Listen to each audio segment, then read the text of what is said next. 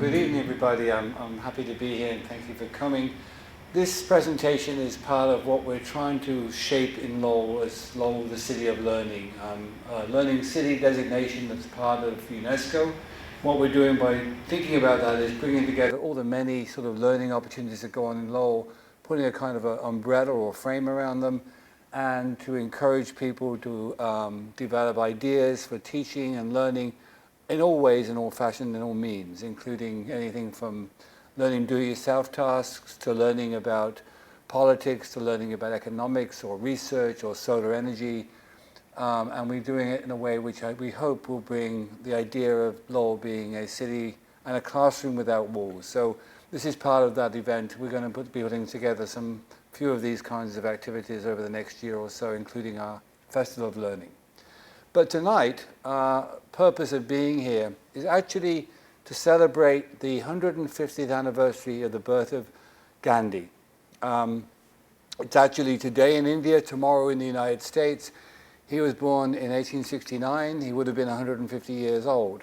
So I thought this was a good opportunity to talk about not so much Gandhi himself, but a figure, an American, who you may not know of or have heard of, named Richard Bartlett Gregg. And I'm going to tell you how I got to know about Richard Gregg and his relationship to the great Gandhi. Gandhi, of course, is one of the iconic figures of the 20th century, if you like, the liberator of India from British rule, the well-known pacifist, but he was so much more than these things. And I want to explain a little bit to you about why he was that and why we should be interested in this figure, Richard Bartlett Gregg.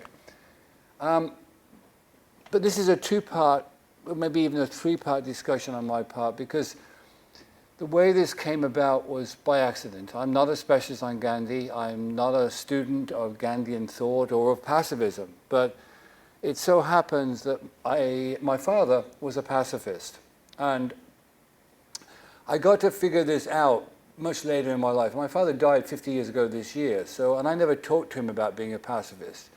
And he was imprisoned by the Winston Churchill government of England in 1941 as a conscientious objector because he refused to plead on the grounds of being religious. He just simply thought it was not right to kill people.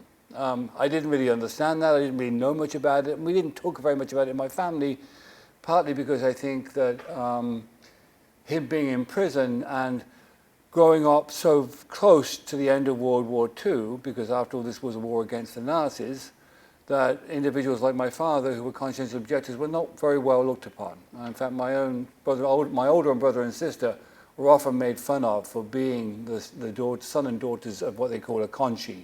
That's not a nice term and used in England at the time. And I'll tell you how that happened in a moment. Anyway, so this really came about as a result of an accidental conversation. It links to my father, as I just mentioned. It's a lot of coincidences in my research for looking at Richard Gregg, but it also made me realize, why do ordinary people like my father, who was an ordinary working man, stand up for what he believed in, go to prison, suffer all the consequences, and his family, because he thinks that killing people is wrong? And that's something which I also found in the work of Richard Gregg, not quite like my father by any means, and a man who died actually after my father died, but certainly lived to be 87 and died in 1974. And also to say something about why Gregg and Gandhi are linked together. So let's see if we can go through this and see if we can find out what this connection was. So, as I said, what I'm going to do is talk a little bit about how the research developed, because that in itself is actually kind of fascinating for those of us who've ever engaged in research. And this, for me, was a difference because it was kind of historical research, and we have an historian in the audience. And it's like being a detective. It's like being CIS without all the fancy computers. You know, you find this stuff out and you go, wow, this is really interesting. This was a project to find out about Richard Gregg. It was a project to find out about my father. But it also began to link me to my hometown and back to Lowell. So let me tell you about that story. This is a picture up here of Bill Copperthwaite and his farm in northern Maine. Bill Copperthwaite was a friend of a colleague of mine named John Saltmarsh. John is a professor at UMass Boston. Several years ago now, we were sitting talking over coffee. We'd been working on another totally unrelated project. I happened to mention that my dad had been a pacifist. So he said to me, he said, well, do you know about this guy, Richard Gregg? And I said, no, I've never heard of him. Well, he said, this guy, Richard Gregg, was a friend of my friend, Bill Copperthwaite. A little tricky to follow this sequence of events. And Bill Copperthwaite has about 50 of Richard Gregg's notebooks. And Gregg was the first American, maybe the second American, to actually go and live with Gandhi at his ashram in 1925 in India. And I will be telling you that story too. So I said, okay, this is pretty interesting. I'd like to see these notebooks. What do they look like? And these notebooks were stuck in a yurt in Bill Copperthwaite's farm up in northern Maine. Bill Copperthwaite was actually an internationally known designer of yurts and an organic farmer and himself a pacifist. So we decided that we would go rescue these notebooks, and this is how I got interested in Gregg. And these are this example of them. These were simply the old-style notebooks you can still buy today with a kind of marble front to them. There were over 50 of them. He kept extensive notes on his reading and his activities for 50 years. And we got them and we brought them back to Massachusetts. And then we put them into archive at the Thoreau Institute because there was already an archive of similar kind of materials there. One thing I should say is my friend John Saltmarsh wrote a biography of Scott Nearing. Nearing was an organic farmer, a former communist and radical who was very well known in the 1960s, and we'll talk a little bit more about him in a moment. But when I started to read about Richard Gregg and also find more about him, I was struck by the number of coincidences, and I've listed them a little bit here. Richard Gregg's parents and his family were born and raised in Medford, where I now live, in Massachusetts. His great-uncle opened the first homeopathic store in Medford Square, not more than a quarter of a mile from my house. Later on in his life, he visited the UK at the invitation of the Peace Platoon Union, which was a conscientious objectors group, again, which I'll go into more detail in a moment, of which my father was also a member. Gandhi was a great admirer of Charles Bradlaugh, who was the first atheist MP and also a proponent of peaceful resistance to violence, who Gandhi admired a great deal. And Gandhi was living in England at that time, at law school, essentially. He was learning law in London. And he was a great admirer of Charles Bradlaugh and came to my hometown after he died for his funeral. Now, Charles Bradlaugh, I knew very little about either, except that I came from my hometown. And I just remember that most of my early life, I sat on the statue of Charles Bradlaugh in Abingdon Square, Northampton, eating fish and chips. And my dad would tell me about him, and I thought it was pretty boring. But Gandhi, again, was this coincidence. As I began to research Richard Gregg, Gregg's first book, and this I also thought was an amazing coincidence, was a short book on how to do Indian textile production. There are only 2 copies available in the world. One is in the Gandhi Museum in Delhi, and the other was in the Lowell Textile Institute History Museum here in Lowell. And I remember going to the History Museum. It's gone now, unfortunately. I really wish I knew what happened to the books in the museum. And I remember asking, do you have this book? And I looked it up, and the library assistant came down holding this book like it was the Holy Grail and gave it to me. I thought, this is really impressive. The other thing, which we'll show you a little bit more about too, was one of Gregg's brothers, he had a large family, was a minister at the Kirk Street Church in Lowell. That church doesn't exist anymore. Again, a coincidence. While I'm working in Lowell, his brother, was the minister in Lowell. And the thing that really blew me away, when I got to read these notebooks, there was a mention that he met with, when he was in England, this individual. And I thought, I know that name. And I remembered this man as somebody who visited my father in the 1950s when I was a little kid. So this is 50 years later and 4,000 miles away. When I related all of these coincidences to my wife, she said, you really should write a book about this guy because the gods are telling you should do it. So the process of getting involved in this was kind of pretty interesting. So Gregg, he is known for a couple of things, primarily for being one of the most important vectors by which Gandhian thought and ideas came to the United States, and particularly because he wrote a book called The Power of Nonviolence, which I'll tell you a bit more about in a moment, and because he was also a very big organic farmer, had a great influence on how we think about living life simply and with harmony with nature. And his work and his knowledge became very important to Martin Luther King and the American Civil Rights Movement, who became proponents of nonviolence, using many of the ideas that Gregg translated from Gandhi to the United States. So he actually becomes a very important figure, though unheralded. There is no full biography of Richard Gregg. He's mentioned in a number of works about the history of Gandhi, the history of the civil rights movement, and I've just completed that biography, and it's out now to the publisher for review, so we'll see whether that comes out. He was also, as I say here, the first American and first person to use the term voluntary simplicity, which is now a term used by the sort of environmental movement, the sustainability movement, and so on and so forth. So he was born in Colorado Springs in 1885. He is one of 7 children born to James and Mary Gregg, who grew up and were married in Medford, Massachusetts. His father was a congregational minister and the minister of the church, the Congregational Church in Colorado Springs, and his mother was a musician. Colorado Springs, when he was born, was a western town, but it was growing very rapidly, and it just became a junction of some major railway interchanges between New Mexico, the west, and the east, and also a place where gold was found. He also grew up there during some of the most virulent miners' strikes in Western Colorado, in which capital and labor interacted during that period of time. And he was there until he was 18. Here's a picture of his mother and father. I love these old pictures. You can see they're so typically of the 19th century. He is, as I said, one of 7 children. Here they are by sight and age and height. Gregg is this individual here. He was the second youngest. And it was a pretty impressive family. Donald Gregg, his brother, became a psychiatrist and director of the Channing Sanatorium in Wellesley, which still exists.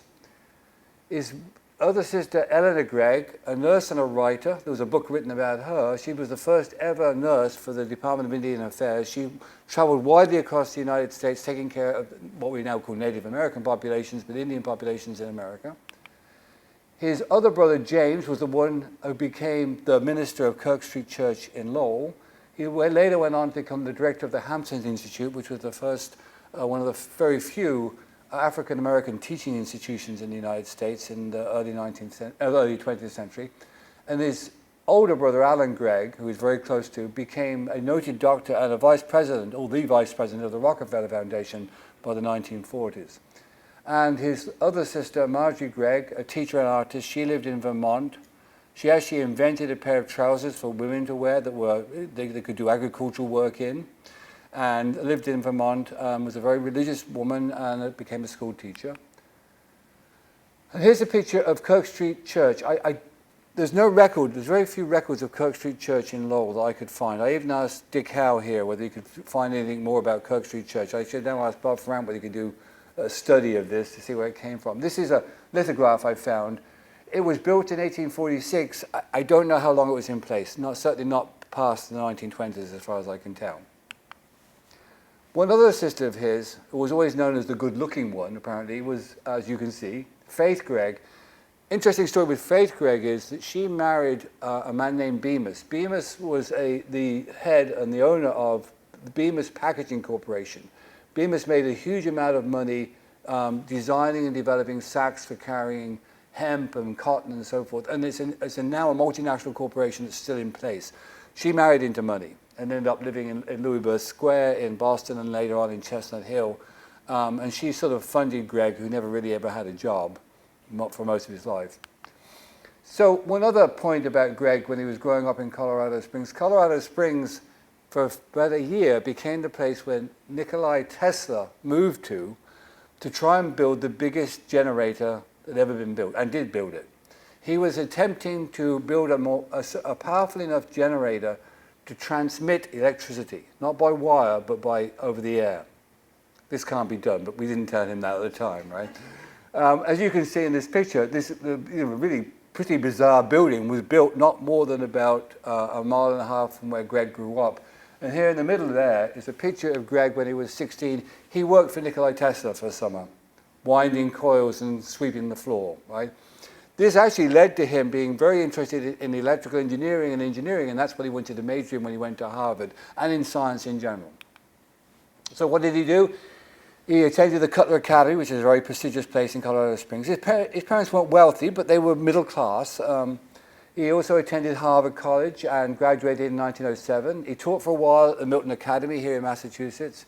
Then he entered Harvard Law School and graduated in 1911, and went on a tour of Scotland and Germany, his first tour of Europe, okay, as many undergraduates of that class and that background did.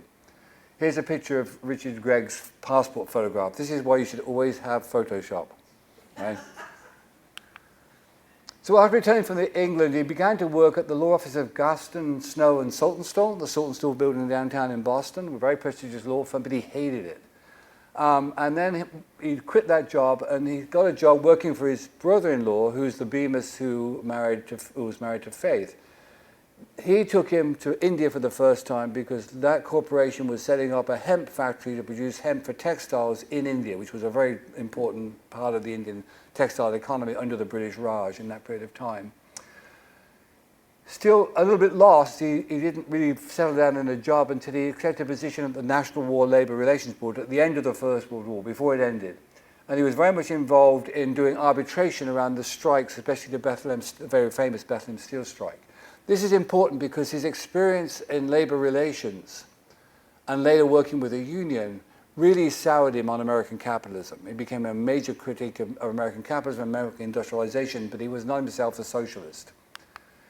When he left the National Labour Relations Board, he took a job with the Railway Employees Department. He was involved in the bitter 1922 Great Strike, in which 400,000 railway workers were on strike.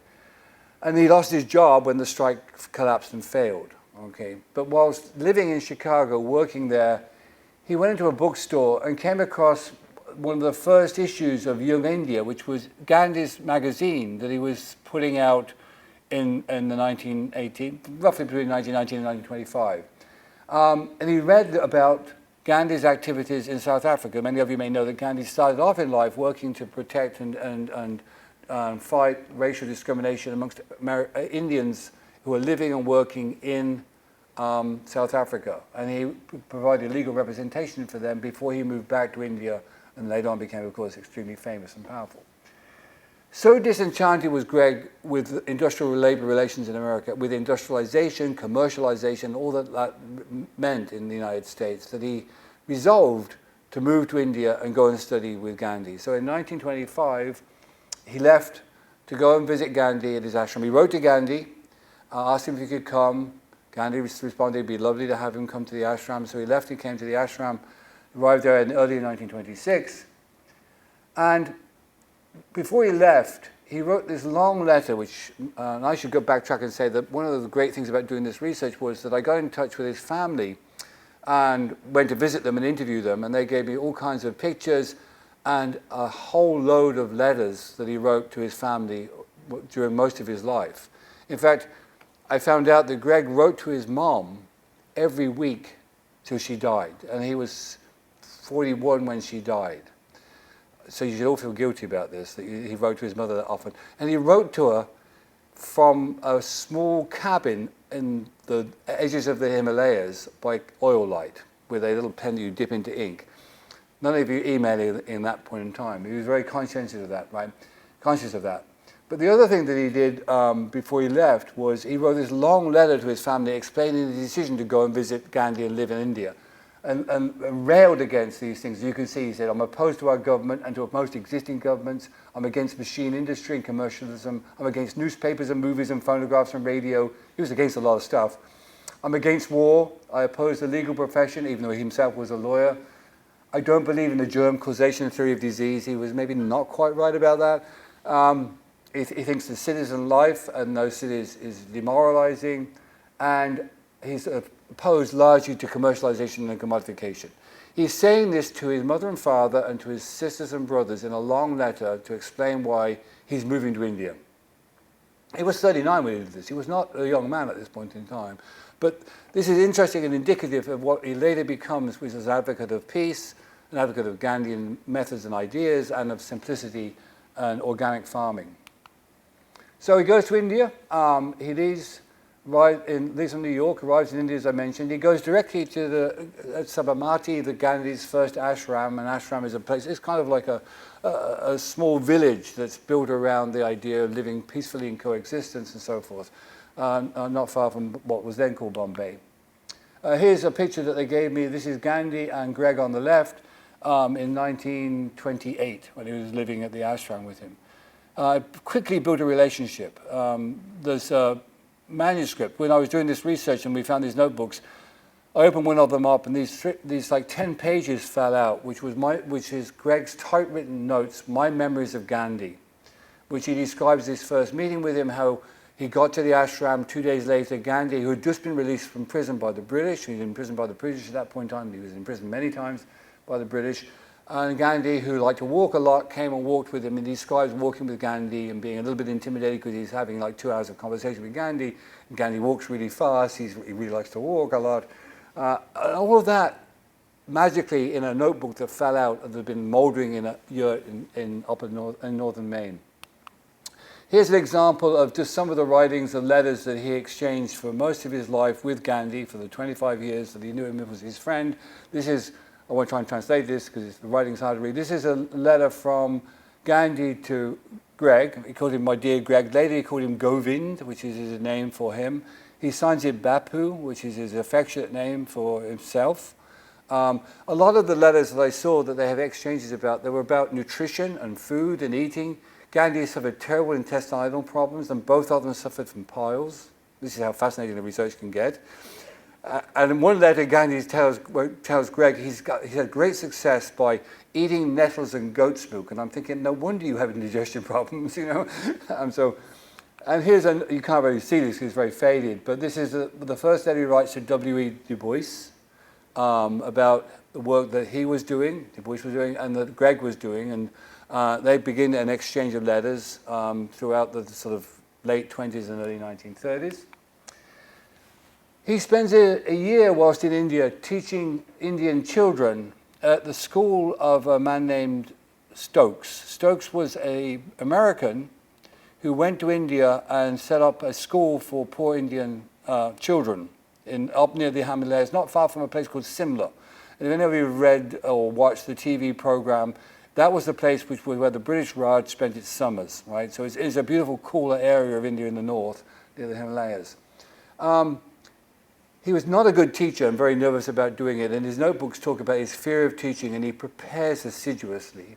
In fact, out of that preparation, he writes a book called A Preparation for Science, in which he tries to use things that essentially Indian peasants and the children of Indian peasants would be familiar with, because all the science books were maybe British or American, and they talked about trains and aircraft and motors and pumps, none of which, of course, those kids had ever seen. So he writes a book trying to bring that down to that level, partly, I think, in response to his experience working with Tesla.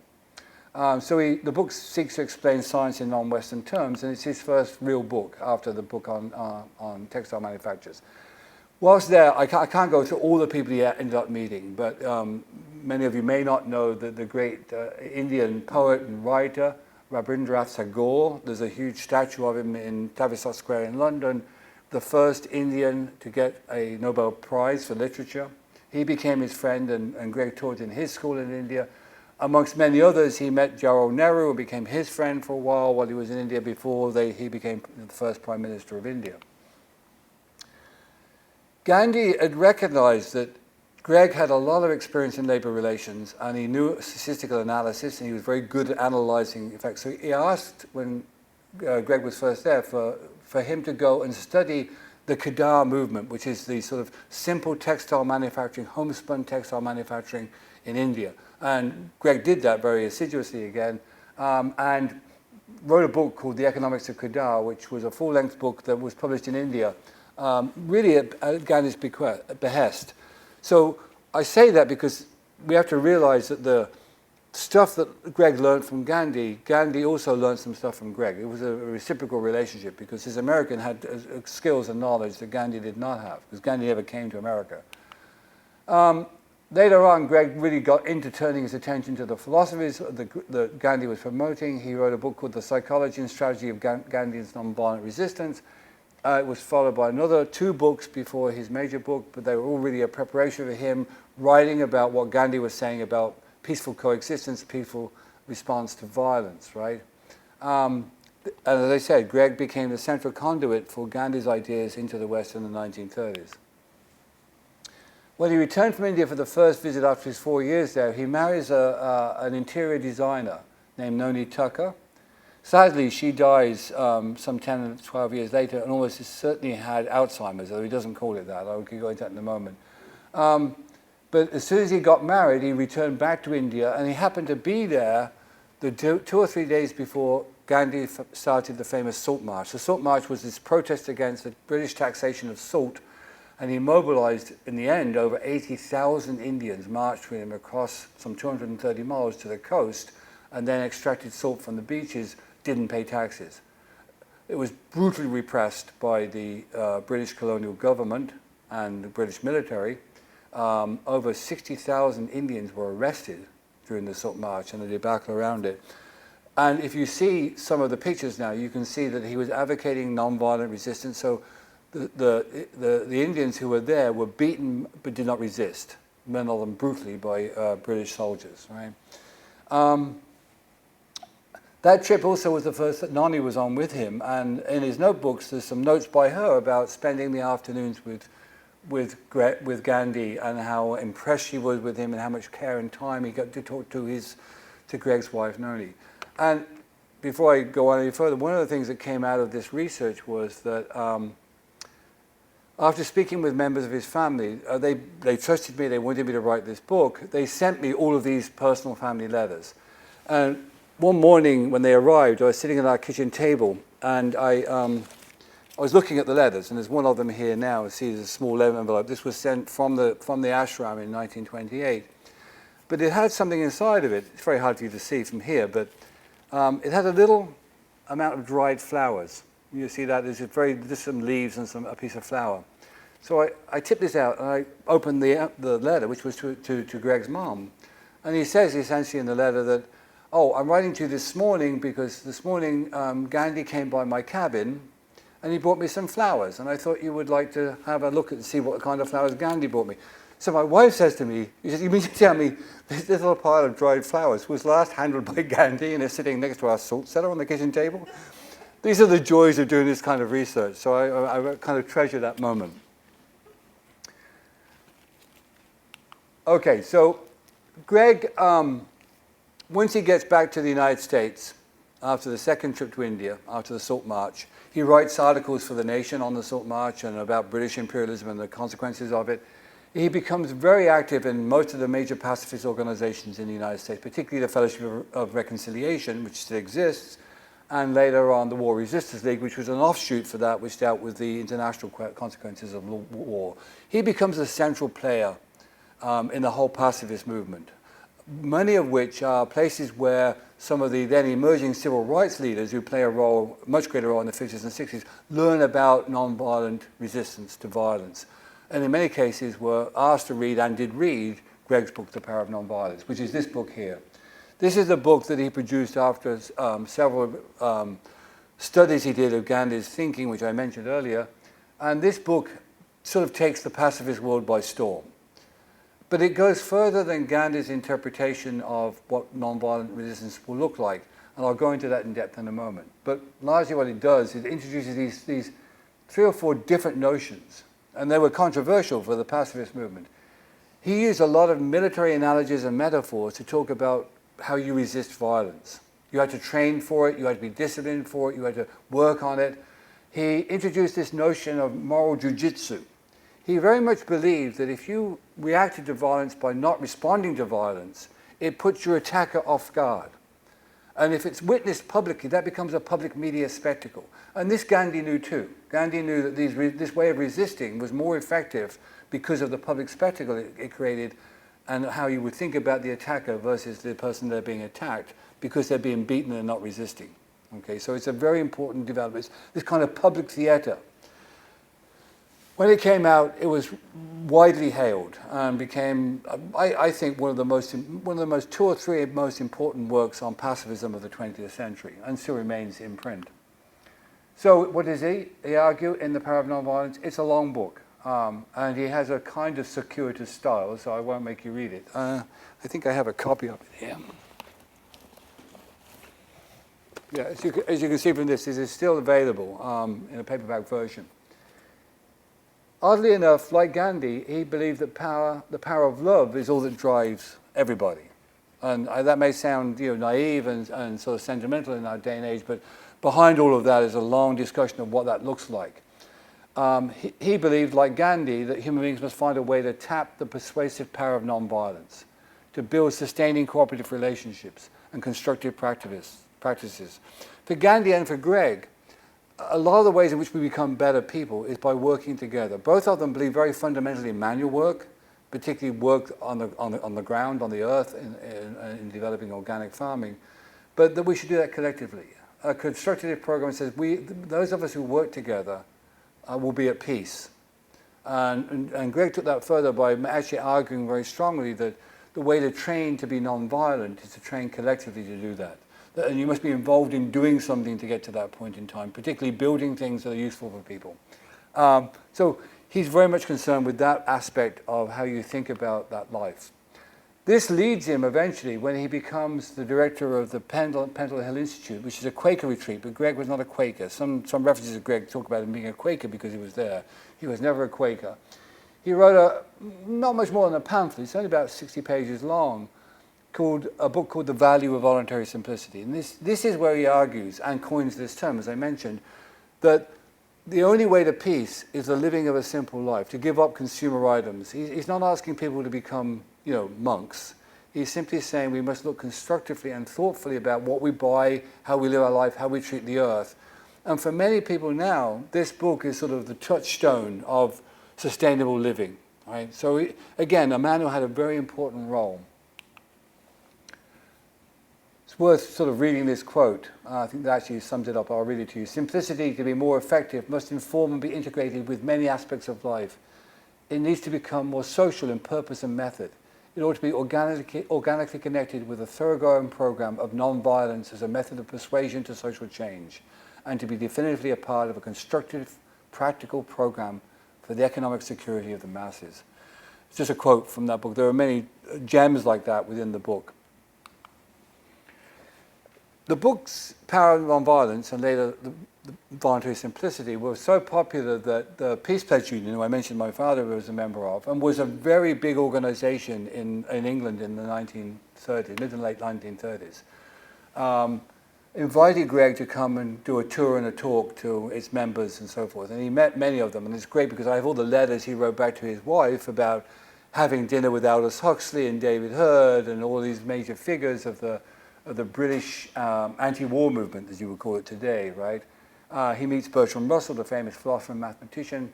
Aldous Huxley remains in touch with, they become friends, and when Huxley moves to California later on in the 1950s, they continue to see each other. He writes letters to Gregg. I've got a couple of these letters from Aldous Huxley. Aldous Huxley did a lot of drugs back then, and so the letters are a little weird, but they're still interesting writing, right? And the PPU, the Peace Platoon Union, adopts much of the program that's really implicit in the Power of Nonviolence. But it was controversial because a lot of this, for example, Gregg says, you should really all get involved in folk dancing. Now for Brits, some American coming over there and saying, we have to get involved in folk dancing when they're seeing the rise of Hitler not more than about, 100 miles from the shore, they were a little, we have to do more than that. But Aldous Huxley in particular really liked this work and quotes from it. And in his book, his famous book on sort of philosophy of pacifism, has a lot of quotes and has drawn a lot from Gregg's work. In 1938, when he leaves Pendle Hill, Gregg gets more and more seriously involved in sort of collective living and organic farming. In 1941, he joins Scott and Helen Nearing, who were by that point organic farmers in Vermont. They created a maple sugar farm, and works with them, builds a cabin with them on that land, and works day and night. And there's a picture of this. Nearing is on the right, Gregg is on the left, and you can see these are not young men by this point in time doing hard physical labor, which what Gregg really thought was important both to peace as well as to his own life.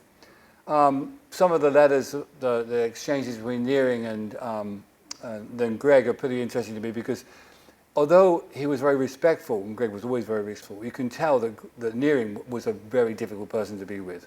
And my friend John Saltmarsh that started this process, who I did interview, was the last person to interview him because he was a graduate student writing his PhD dissertation on Nearing's thinking, said he was a son of a bitch.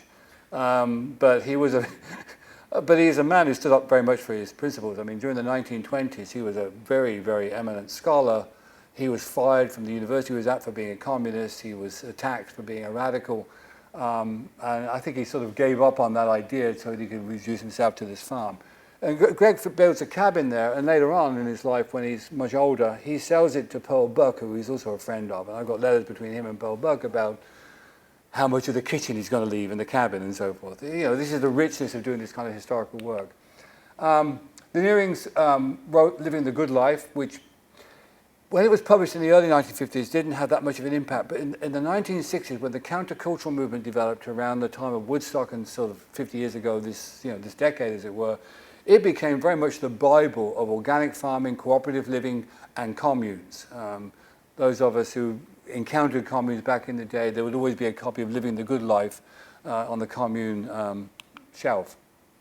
And here you see a couple of pictures of Scott and Gregg at the maple sugar farm in Vermont. His dear friend Gandhi is assassinated in 1948. He writes a memorial statement about him. He was assassinated by a Hindu nationalist. There's a picture just after Gandhi was shot. Has anybody here seen the movie Gandhi? Yeah? The movie is well worth watching, and I actually watched it again once I got involved in Gregg and go, oh yes, he mentioned these people, and it's actually a very good movie. Gregg and Evelyn, he marries Evelyn Spiden after his first wife dies. Evelyn Spiden was a biodynamicist agriculturalist. She specialized in sort of organic farming, and he knew her from before the war. They marry. She was about his age, and then they go back to India in 1956. He's asked to come back there to do some more teaching and more thinking, and there's a picture of him in 1956 in traditional Indian garb. But he was then 71 years old. It's amazing that he would travel, and he traveled across India by train at that age, sleeping on the floor and on mats. He was very respectful of the Indian population. He didn't want to live or work or seem like a rich American. In fact, when his rich brother-in-law, the Bemis, came over one time when he was actually the first time he was in India, he writes letters to his mother complaining about his brother-in-law riding around in the car and not wanting to eat in Indian places because the food was dirty and all that kind of stuff. He was a little tirade about it. And then there's this period, the last period of his life, he becomes associated with Martin Luther King, partly because of the Power of Nonviolence. King had read the book. He's at the War Resisters League annual dinner, and King spoke at that event, and he largely paraphrases what Gregg was saying in The Power of Nonviolence. And King left for his first visit to India the following day with a list of people that Gregg gave him to go and see. And Gregg had done some workshops for the civil rights movement. He's a very modest man. He didn't speak loudly. He didn't give a lot of sermons or preach or anything, but he was very much involved with King, and King knew him personally. And so King, when the Power of Nonviolence was reprinted and edited in 1959, he wrote the foreword for that, as you can see here. So there's a connection that takes you from him dealing with labor revolt and unions back in Colorado, becoming a labor arbitrator, deciding he's had it with America, going to India, falling in love with Gandhi and all of his ideas, translating those ideas to a Western audience, bringing them back, and then working towards informing the civil rights movement in nonviolent resistance. And that's what it was marked by. And he got all those ideas came from Gregg via Gandhi, or Gandhi via Gregg, but interpreted by Gregg for a Western audience. And then I got this wonderful quote from one letter that was sent to him, referring to what Gandhi said in 1941. And he was talking to a group of Indian leaders for the national independence movement. As you know, India becomes independent in 1947. Astoundingly, Britain, which had occupied India for 200 years, basically gets up and leaves in 6 months. And the result is catastrophic. It results in a civil war. Over 1 million Indians die in that civil war. But Gandhi recognized Gregg's worth, and he says, if you understood me as well as Richard Gregg does, I would die happy. Somebody told me I should put that on the front cover of the book. As I said, personal tragedy. His first wife, Noni, died in 1954 after 15 years battling Alzheimer's. He didn't call it that, but I figured out from the letters and from the research he was doing, he was giving all kinds of nutritional advice to try and deal with this. It didn't work. Eventually, She died. And he completed a book called The Self Beyond Their Self, which actually would be a kind of sort of self-help, self-realization book if you read it today in those terms. And in 1956, I mentioned he married Evelyn Spiden, who he'd known for many years, who was a biodynamic gardener. And that was his life. So summing up, he was Gandhi's friend. He was the most important writer on pacifism in the 20th century. He interpreted Gandhi's ideas for a Western audience. His idea of voluntary simplicity originates with Gregg. He's an early advocate of organic farming. His ideas are now resonating on cooperative movements, localism, local food, anti-globalism movements. And he believed that peace could not exist without individuals and collectives being at peace and in harmony with nature and respecting nature. And he rejected violence in all forms. So that's the story of Richard Gregg. Shockingly, there is no biography of him, right? There's one academic article about him. He is mentioned in many histories of pacifism. You look at the stories from books written about Gandhi or about many of the leaders of the civil rights movement, his name comes up, no question. But nobody's ever documented his full life. And for me, this was a way of thinking about Richard Gregg to think about my father, who had been a conscious objector, who never wrote anything. The only letters I have are the letters he wrote from prison to my mom complaining about the food. The only knowledge I have about him in that period was, as my mom used to say, he lost all his teeth because they wouldn't give him a toothbrush. And when I went to go back, prompted by the Gregg book, to sort of investigate where he was in a prison in Cardiff, in Wales, for about a year. It turns out that the Luftwaffe during the war targeted Cardiff because it was a major coal-producing and industrial city. When the air raid sirens went off, everybody in the prison was moved to shelters, but they left the conscientious objectors above ground, because people didn't think very much of conscientious objectors. And as I said, that when I later on went back a couple of years ago to the Peace Platoon, my dad's name is on an honor roll there, as you would expect, because there were about 60,000 conscientious objectors in England during World War II. Only 3,000 of them were in prison, and my father was one of them. And as I said, I never talked to him about it. He died when I was 16. Wasn't talked about it in our family. And I never thought very much about it. Never really examined it, never really did a historical study of it. But getting to know Richard Gregg has led me back to my dad, who was a very ordinary man who did an extraordinary thing. Thank you.